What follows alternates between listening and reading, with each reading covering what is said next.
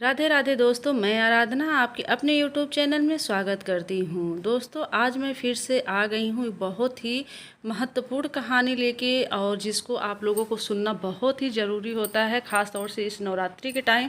जैसा कि हम सभी जानते हैं कि नवरात्रि में लोग जागरण ज़रूर कराते हैं, तो जागरण कराने से पहले इस कहानी को सुनना और कहना बहुत ही ज़रूरी होता है, जो कि इस टाइम में लोग इस कहानी को न तो सुनते हैं, न तो कहते हैं, और न तो इसके बारे में किसी को जानकारी भी है। तो चलिए आज हम उसी के बारे में बात करने वाले हैं कि ये कौन सी कहानी है और क्यों जागरण कराया जाता है, इसका क्या महत्व है, इसके पीछे की सारी मतलब जो भी रीज़न है, जो भी इसका मतलब कि कहानी है, सब कुछ मैं आप लोगों को बताने की कोशिश करूँगी। तो दोस्तों, आप लोगों से रिक्वेस्ट है कि प्लीज़ वीडियो के एंड तक बने रहिए, और आप लोग वीडियो अगर मेरी पसंद आए तो लाइक शेयर और सब्सक्राइब करना न भूलिए। तो चलिए जानते हैं इस कहानी को। तो जैसा कि दोस्तों हम सभी जानते हैं, नवरात्रि पर्व में देश के विभिन्न हिस्सों में माता के जागरण और चौकियों का आयोजन किया जाता है। आज के युग में माता के जागरण का स्वरूप भी बदला जा रहा है। जागरणों में आजकल गायक फिल्मी गानों की तर्ज पर माता की भेंटें ज़्यादा गाते हैं, और भक्तों को भी लगता है कि बस नाचो गाओ और प्रसाद लेकर आ जाओ, लेकिन ऐसा नहीं होना चाहिए। इस आयोजन की जो शुद्धता है उसे बनाए रखना चाहिए। माता के जागरण में फैंसी स्वरूप देने वाले आजकल के कई गायक जागरण के अंत में तारा रानी की कथा नहीं सुनाते, जो कि गलत है। प्राचीन काल से माता के जागरण में महारानी तारा देवी की कथा कहने सुनने की परंपरा चली आई है। यह बात सभी को ध्यान रखनी चाहिए कि बिना इस कथा के जागरण संपूर्ण नहीं माना जाता। कलयुग में दुर्गा शक्ति के पूजा से ही भक्तों की मनोकामना पूर्ण होती है और मन को शांति मिलती है। और अगर आप जागरण करवा रहे हैं या जागरण में भाग ले रहे हैं तो तारा रानी की कथा ज़रूर सुनिए और इसको जानने की कोशिश करिए कि इस कहानी में क्या है और इसका क्या महत्व है। महाराजा दक्ष की दो पुत्रियां तारा देवी एवं रुक्मणी भगवती दुर्गा जी की भक्ति में अटूट विश्वास रखती थी। दोनों बहनें नियम पूर्वक एकादशी का व्रत किया करती थी तथा माता के जागरण में प्रेम के साथ कीर्तन एवं महात्म्य कहा सुना करती थी। एकादशी के दिन एक बार भूल से छोटी बहन रुक्मणी ने मांसाहार कर लिया। जब तारा देवी को पता लगा तो उसे रुक्मण पर बड़ा क्रोध आया और बोली कि तू है तो मेरी बहन, परंतु मनुष्य देह पाकर भी तूने नीच योनि के प्राणी जैसा कर्म किया तो फिर छिपकली बनने योग्य है। बड़ी बहन के मुख से निकले शब्दों को रुक्मणी ने सिरोधार्य कर लिया और साथ ही प्रायश्चित का उपाय पूछा। तारा ने कहा कि त्याग और परोपकार से सब पाप छूट जाते हैं। तो दोस्तों, आप लोगों से निवेदन है कि इस कहानी को आप लोग पूरा सुनिए, और माता रानी के आप लोग सच्चे भक्त हैं तो इस कहानी को पूरा जानने की कोशिश करिएगा और एक लाइक और सब्सक्राइब जरूर कर दीजिएगा। चैनल को सब्सक्राइब नहीं किए हैं तो चैनल को ज़रूर सब्सक्राइब कर दीजिएगा और वीडियो को लाइक कर दीजिएगा। तो चलिए जानते हैं आगे की कहानी। दूसरे जन्म में तारा देवी इंद्रलोक की अप्सरा बनी और छोटी बहन रुक्मणी छिपकली योनि में प्रायश्चित का अवसर ढूंढने लगी। द्वापर युग में जब पांडवों ने अश्वमेध यज्ञ किया तब उन्होंने दूत भेजकर दुर्वासा ऋषि सहित 33 करोड़ देवताओं को निमंत्रण दिया। जब दूत दुर्वासा ऋषि के स्थान पर निमंत्रण लेकर गया तो दुर्वासा बोले कि यदि 33 करोड़ देवता उस यज्ञ में भाग लेंगे तो मैं उसमें सम्मिलित नहीं हो सकता। तो दूत 33 करोड़ देवताओं का निमंत्रण देकर वापस पहुंचा और दुर्वासा ऋषि को वृत्तांत पांडवों को कह सुनाया कि वह सब देवताओं को बुलाने के कारण नहीं आएंगे। यह आरंभ हुआ। 33 करोड़ देवता यज्ञ में भाग लेने आए। उन्होंने दुर्वासा ऋषि को ने न देखकर पांडवों से पूछा कि ऋषि को क्यों नहीं बुलाया। इस प्रकार पांडवों ने बताया सहित उत्तर दिया कि निमंत्रण भेजा था, परंतु वह अहंकार के कारण नहीं आए। यज्ञ में पूजन हवन निर्विघ्न संपन्न हुआ और भोजन के लिए भंडारे की तैयारी होने लगी। दुर्वासा ऋषि ने देखा कि पांडवों ने उनकी उपेक्षा कर दी है तो उन्होंने क्रोध करके पक्षी का रूप धारण किया। चोंच में सर्प लेकर भंडारे में फेंक दिया। इसका किसी को कुछ भी पता नहीं चला। वह सर्प खीर की कढ़ाई में गिरकर छिप गया। एक छिपकली जो कि पिछले जन्म में तारा देवी की छोटी बहन थी तथा बहन के शब्दों को सिरोधार्य कर इस जन्म में छिपकली बनी थी, सर्प का भंडारे में गिरना देख रही थी। उसे त्याग व परोपकार की शिक्षा अब तक याद थी। वह छिपकली घर का दीवार पर छिपकी समय की प्रतीक्षा कर रही कि कई लोगों के प्राण बचाने हैं तो उसने अपने प्राण न्यौछावर कर देने का मन ही मन निश्चय किया। जब खीर भंडारे में ही जाने वाली थी तो सबकी आंखों के सामने वह छिपकली दीवार से कूदकर कढ़ाई में जा गिरी। और आगे की कहानी जानते हैं दोस्तों, क्या होता है इसमें। इस प्रकार सब लोग छिपकली को बुरा भला कहते हुए खीर की कढ़ाई को खाली करने लगे। तो उस समय उन्होंने उसमें मरे हुए सांप को देखा। अब उसको मालूम हुआ कि छिपकली ने अपने प्राण देकर उन सबके प्राणों की रक्षा की है। इस प्रकार उपस्थित सभी सज्जनों और देवताओं ने उस छिपकली के लिए प्रार्थना की कि उसे सब योनियों में उत्तम मनुष्य योनि प्राप्त हो तथा अंत में मोक्ष को प्राप्त करे। तीसरे जन्म में छिपकली राजा स्पर्श के घर कन्या बनी। दूसरी बहन तारा देवी ने फिर मनुष्य का जन्म लेकर तारामती नाम से अयोध्या के प्रतापी राजा हरिश्चंद्र के साथ विवाह किया। राजा स्पर्श ने ज्योतिषियों से कन्या की कुंडली बनवाई। ज्योतिषियों ने राजा को बताया कि कन्या राजा के लिए हानिकारक सिद्ध होगी, शकुन ठीक नहीं है, इसलिए आप इसे मरवा दीजिए। राजा बोला कि लड़की को मारना बहुत बड़ा पाप है, मैं उस पाप का भागी नहीं बन सकता। तब ज्योतिषियों ने विचार कर राय दी कि हे राजन, आप एक लड़की के संदूक में ऊपर से सोना चांदी आदि जड़वा दे, फिर उस संदूक के भीतर लड़की को बंद करके नदी के प्रवाहित करा दीजिए। सोना चांदी जड़ित लड़की का संदूक अवश्य ही कोई लालच से निकाल लेगा और आपकी कन्या को भी पाल लेगा। ऐसे में आपको किसी प्रकार का पाप भी नहीं लगेगा। इस प्रकार नदी में बहता हुआ संदूक काशी के समीप एक हरिजन को दिखाई दिया। वह संदूक को नदी से बाहर निकाल लाया। जब खोला तो उसमें सोने चांदी के अतिरिक्त रूपवान कन्या भी दिखाई दी। उस हरिजन को कोई संतान नहीं थी। जब उसने अपनी पत्नी को वह कन्या दी तो उसकी खुशी का ठिकाना नहीं रहा। उसने अपनी संतान के समान ही बच्ची को छाती से लगा लिया। भगवती की कृपा से उसके स्तनों से दूध उतर आया। पति पत्नी ने प्रेम से कन्या का नाम रुक्को रख दिया। जब वह कन्या विवाह योग्य हुई तो हरिजन ने उसका विवाह अयोध्या के सजातीय युवक के साथ बड़ी धूमधाम से किया। इस प्रकार पहले जन्म की रुक्मण, दूसरे जन्म की छिपकली तथा तीसरे जन्म में रुक्को बन गई। रुक्को के सास महाराज हरिश्चंद्र के घर सफाई आदि करने जाया करती थी। एक दिन वह बीमार पड़ गई। रुक्को महाराज हरिश्चंद्र के घर काम करने के लिए पहुंच गई। महाराज की पत्नी तारामती ने जब रुक्को को देखा तो वह अपने पूर्व जन्म के पुण्य से उसको पहचान गई। तब तारामती ने रुक्को से कहा कि हे बहन, तुम यहाँ मेरे निकट आकर बैठो। महारानी की बात सुनकर रुक्को बोली कि रानी जी, मैं नीच जात की भीलनी हूँ, भला मैं आपके साथ कैसे बैठ सकती हूँ। तब तारामती ने कहा कि बहन, पूर्व जन्म में तुम मेरी सगी बहन थी। एकादशी का व्रत खंडित करने के कारण तुम्हें छिपकली की योनि में जाना पड़ा। जो होना था वह हो चुका। अब तुम अपने इस जन्म को सुधारने का प्रयास करो तथा भगवती वैष्णो देवी माता की सेवा करके अपना जन्म सफल बनाओ। यह सुनकर रुक्को को बड़ी प्रसन्नता हुई और उसने उसका उपाय पूछा। रानी ने बताया कि वैष्णो माता सब मनोरथों को पूरा करने वाली हैं। जो लोग श्रद्धापूर्वक माता का पूजन व जागरण करते हैं उनकी सब मनोकामनाएं पूर्ण होती हैं।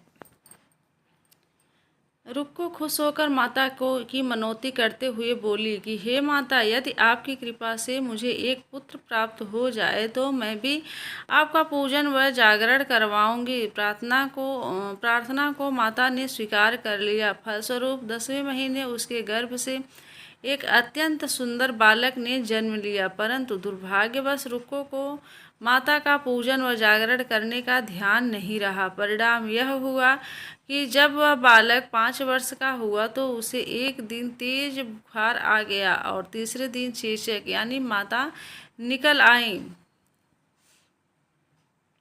रुक्को दुखी होकर अपने पूर्व जन्म की बहन तारामती के पास गई और बच्चे की बीमारी का सब वृत्तांत कह सुनाया। सब बातें सुन तारामती ने कहा कि तू जरा ध्यान करके देख कि तुझसे माता के पूजन में कोई भूल तो नहीं हुई है। इस पर रुक्को को 6 वर्ष पहले की बात का ध्यान आ गया और उसने अपना अपराध स्वीकार किया और कहा कि बच्चे को आराम आने पर अवश्य जागरण करवाऊंगी। भगवती की कृपा से बच्चा दूसरे दिन ही ठीक हो गया। तब रुक्को ने देवी के मंदिर में जाकर पंडित से कहा कि मुझे अपने घर माता का जागरण करवाना है। पंडित जी बोले कि रुको, 5 रुपए दे जा, हम तेरे नाम से यही मंदिर में जागरण करवा देंगे। तू नीच जात की स्त्री है, इसलिए हम तेरे घर चलकर देवी का जागरण नहीं कर सकते। रुक्को ने कहा कि हे पंडित जी, माता के दरबार में तो ऊंच नीच का कोई विचार नहीं होता, वे तो सब भक्तों पर समान रूप से कृपा करती हैं, इसलिए आपको कोई ऐतराज नहीं होना चाहिए। इस पर पंडित ने आपस में विचार करके कहा कि यदि महारानी तारामती तुम्हारे जागरण में पधारे तो हम भी स्वीकार कर लेंगे। यह सुनकर रुक्को महारानी तारामती के पास गई और सब वृत्तांत कह सुनाया। तारामती ने जागरण में शामिल होना सहर्ष स्वीकार कर लिया। जिस समय रुक्को पंडित से यह कहने गई कि महारानी जागरण में आएंगी, उस समय सेनानाई ने यह सुन लिया और महाराज हरिश्चंद्र को जाकर सूचना दी। राजा ने सेनानाई से सब बात सुनकर कहा कि तेरी बात झूठी है, महारानी हरिजनों के घर जागरण में नहीं जा सकती। फिर भी परीक्षा लेने के लिए राजा ने रात को अपनी उंगली पर थोड़ा चीरा लगा लिया, जिससे नींद नहीं आए। रानी तारामती ने जब यह देखा कि जागरण का समय हो रहा है परंतु महाराज को नींद नहीं आ रही है, तो उसने माता वैष्णो देवी से मन ही मन प्रार्थना की कि हे माता, आप किसी उपाय से राजा को तुरंत सुला दे ताकि मैं जागरण में सम्मिलित हो सकूं। तो दोस्तों, रानी तारामती ने माता भगवती की प्रार्थना की और उनसे कि मतलब कि राजा को आप किसी तरह से सुला दीजिए, यानी कि उनको निद्रा आ जाए ताकि मैं वहाँ जा सकूँ। तो आगे देखिए कि माता रानी जा पाती, मतलब कि तारामती जा पाती हैं कि नहीं, और माता रानी जो है राजा को सुला पाती हैं कि नहीं। तो उसको जानने के लिए चलिए हम आगे की स्टोरी को जानते हैं और सुनते हैं कि आगे की स्टोरी में क्या है, कि इसकी कहानी में कि आगे चलिए सुनते हैं और देखते हैं। राजा को नींद आ गई। रानी तारामती रोशनदान से रस्सी बांधकर महल से उतरी और रुक्को के घर जा पहुंची। उस समय जल्दी के कारण रानी के हाथ का रेशमी रुमाल तथा पाँव की एक पायल रास्ते में ही गिर गई। उधर थोड़ी देर बाद राजा हरिश्चंद्र की नींद खुल गई। तब वह रानी का पता लगाने के लिए निकल पड़े। मार्ग में पायल और रुमाल उनको मिले और वह जागरण वाले स्थान पर जा पहुँचे। राजा ने दोनों चीज़ें रास्ते से उठाकर अपने पास रख ली और जहाँ जागरण हो रहा था वहाँ पर एक कोने में चुपचाप बैठकर सब दृश्य देखने लगे। जब जागरण समाप्त हुआ तो सबने माता की आरती व अरदास की। उसके बाद प्रसाद बांटा गया। रानी तारामती को जब प्रसाद मिला तो उसने झोली में रख लिया। यह देखकर लोगों ने पूछा कि अपने प्रसाद को क्यों नहीं खाया? यदि आप प्रसाद नहीं खाएंगी तो कोई भी नहीं खाएगा। रानी बोली कि तुमने जो मुझे प्रसाद दिया है वह मैंने महाराज के लिए रख लिया है, अब मुझे मेरा प्रसाद दो। अब की बार प्रसाद लेकर तारा ने खा लिया। उसके बाद सब भक्तों ने माता के प्रसाद खाया। इस प्रकार जागरण समाप्त करके प्रसाद खाने के पश्चात रानी तारामती घर की ओर चली। तब राजा ने आगे बढ़कर रास्ता रोक लिया और कहे कि तूने नीचों के घर प्रसाद खाकर अपना धर्म नष्ट कर लिया है, अब मैं तुझे अपने घर में कैसे रखूं? तूने तो कुछ कुल की मर्यादा, मेरी प्रतिष्ठा का भी ध्यान नहीं रखा। जो प्रसाद तू अपनी झोली में रख कर मेरे लिए लाई है उसे खिलाकर मुझे भी अपवित्र बनाना चाहती है। ऐसा कहते हुए जब राजा ने झोली की ओर देखा तो भगवती की कृपा से प्रसाद के स्थान पर उसमें चंपा, चमेली, गेंदे के फूल, कच्चे चावल, सुपारी, मखाने, छुहारे और नारियल दिखाई देने लगे।